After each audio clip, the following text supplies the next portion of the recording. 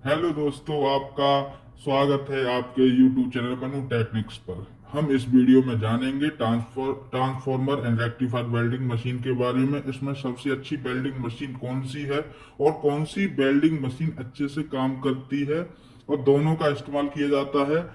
आपको पता ही है इन दोनों में मेन डिफरेंस क्या क्या है। हम इन 7 पॉइंट के बेसिस पर यानी कि 7 पॉइंट के आधार पर जानेंगे और समझेंगे दोनों मशीनों में क्या डिफरेंस है।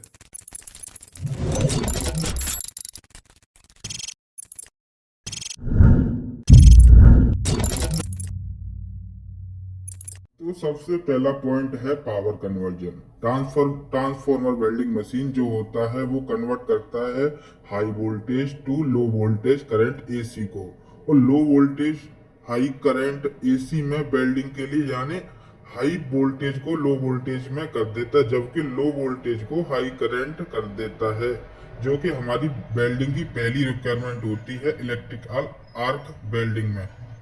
हम बात करते हैं रेक्टिफायर वेल्डिंग की, तो रेक्टिफायर वेल्डिंग कन्वर्ट करता है एसी करंट को डीसी करंट में यानी कि अल्टरनेट करंट को डायरेक्ट करंट में कन्वर्ट कर देता है वेल्डिंग के लिए बाय यूजिंग ए रेक्टिफायर। इसमें रेक्टिफायर का इस्तेमाल किया जाता है ट्रांसफॉर्मर के बाद में, जैसे कि ट्रांसफर मशीन में ट्रांसफॉर्मर का यूज किया जाता है।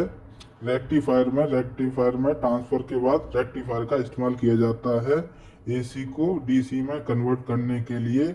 वहीं यहाँ पे लगे रहते हैं ट्रांसफॉर्मर का काम होता है स्टेप डाउन करना, हाई वोल्टेज को लो वोल्टेज ट्रांसफर करना। दूसरा पॉइंट है current type. Transformer welding machine produce करती है अल्टरनेटिव करंट यानी कि एसी आउटपुट के लिए। और यहीं पे रेक्टिफायर वेल्डिंग मशीन की बात करें तो रेक्टिफायर वेल्डिंग मशीन प्रोड्यूस करती है डीसी डायरेक्ट करंट आउटपुट के लिए।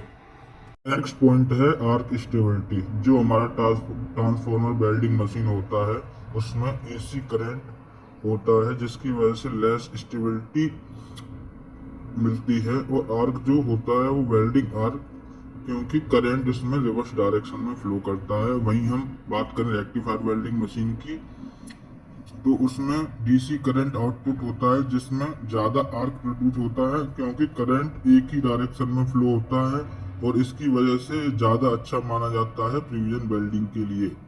नेक्स्ट पॉइंट है यूजिबिलिटी। जो ट्रांसफॉर्मर वेल्डिंग मशीन ज़्यादा सुटेबल माना जाता है जनरल वेल्डिंग टास्क के लिए। इसका यूज किया जाता है बेसिक वेल्डिंग प्रोसेस के लिए।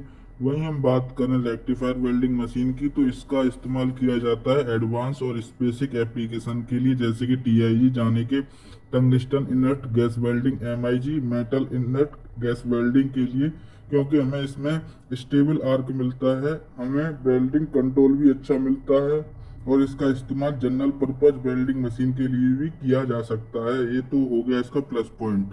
नेक्स्ट पॉइंट है कॉस्ट एंड मेंटेनेंस। जो हमारा ट्रांसफॉर्मर वेल्डिंग मशीन होता है वो जनरली चीपर होता है यानी कि सस्ता होता है और बहुत कम मेंटेनेंस की रिक्वायरमेंट होती है, जबकि रेक्टिफायर वेल्डिंग मशीन होता है ज़्यादा एक्सपेंसिव होता है यानी कि ज़्यादा महंगा होता है और इसमें एडिशनल रेक्टिफायर कंपोनेंट होते हैं। इसकी वजह से कॉस्ट और मेंटेनेंस बढ़ जाता है। नेक्स्ट पॉइंट है एफिशिएंसी। जो हमारा ट्रांसफॉर्मर वेल्डिंग मशीन होता है उसकी एफिशिएंसी लो होती है अगर हम कंपेयर करें रेक्टिफायर मशीन से। वहीं अगर रेक्टिफायर वेल्डिंग मशीन की बात करें तो उसकी हाई एफिशिएंसी होती है, क्योंकि बेटर एनर्जी कन्वर्जन होता है यहाँ पर। Next point and last point है इलेक्ट्रोड कंपेबिलिटी। जो हमारा ट्रांसफॉर्मर वेल्डिंग मशीन होता है वो सिर्फ अच्छे से परख करेगा जब एसी इलेक्ट्रोड यूज किया जाए।